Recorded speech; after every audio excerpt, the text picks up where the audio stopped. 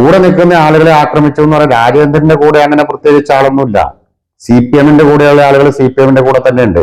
രാജേന്ദ്രൻ വ്യക്തിപരമായിട്ട് ഞങ്ങൾ ഇതുവരെയായിട്ട് ഈ പാർട്ടി ഏരിയ കമ്മിറ്റി തേജോധം ചെയ്യുന്ന രീതിയിൽ ഒരു വാക്കോ ഒരു പ്രവൃത്തിയോ ഒരു പത്രസമ്മേളനങ്ങളോ നടത്തിയിട്ടില്ല. നിരന്തരമായി പാർട്ടി പുള്ളിനെ ആക്ഷേപിക്കുന്നു, ആക്രമിക്കുന്നു.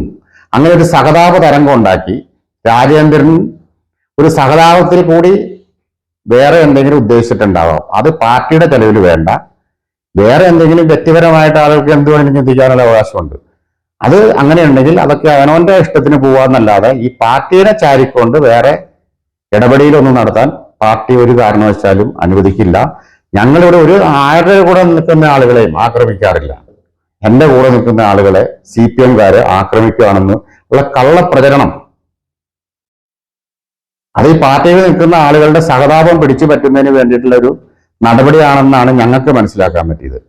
അതുമാതിരി പാർട്ടി ജില്ലാ സെക്രട്ടറി അങ്ങ് KVS-ന് ഇൻഡിവിജ്വലായി കൈകാര്യം ചെയ്യുന്ന രീതിയിലുള്ള സംസാരമാണ് ചാനലുകളുടെയൊക്കെ വരുന്നത്. അങ്ങനെയൊന്നും വർത്താനം പറയേണ്ട കാര്യമില്ല. ഒരു കാരണവശാലും അതിനെ അനുവദിക്കുന്ന കാര്യമില്ല. അങ്ങനെ അനുവദിക്കുന്ന ഒരു പ്രശ്നം ഇനി ഉദിക്കുന്നില്ല. അങ്ങനെ ഇവിടെ ഒരു പാർട്ടി ഒറ്റക്കെട്ടായിട്ടാണ് നിൽക്കുന്നത്. രാജേന്ദ്രന് ഇനിയും സാഹചര്യമുണ്ട്. പ്രവർത്തിക്കണമെങ്കിൽ ഈ പാർട്ടിയിൽ വന്ന് പ്രവർത്തിക്കാനുള്ള എല്ലാ സാഹചര്യങ്ങളും ഇനിയുമുണ്ട്. വേണമെങ്കിൽ വന്ന് പ്രവർത്തിക്കാം.